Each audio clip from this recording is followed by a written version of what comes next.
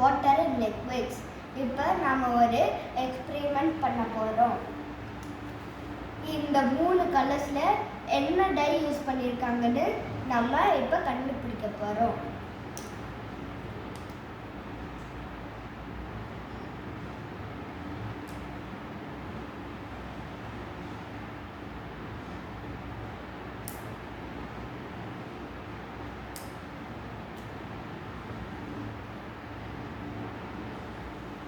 Next இந்த tissue பேப்பரை வாட்டரில் வச்சிடலாம். 1 நேரம் வெயிட் பண்ணலாம், 2 மினிட்ஸ்.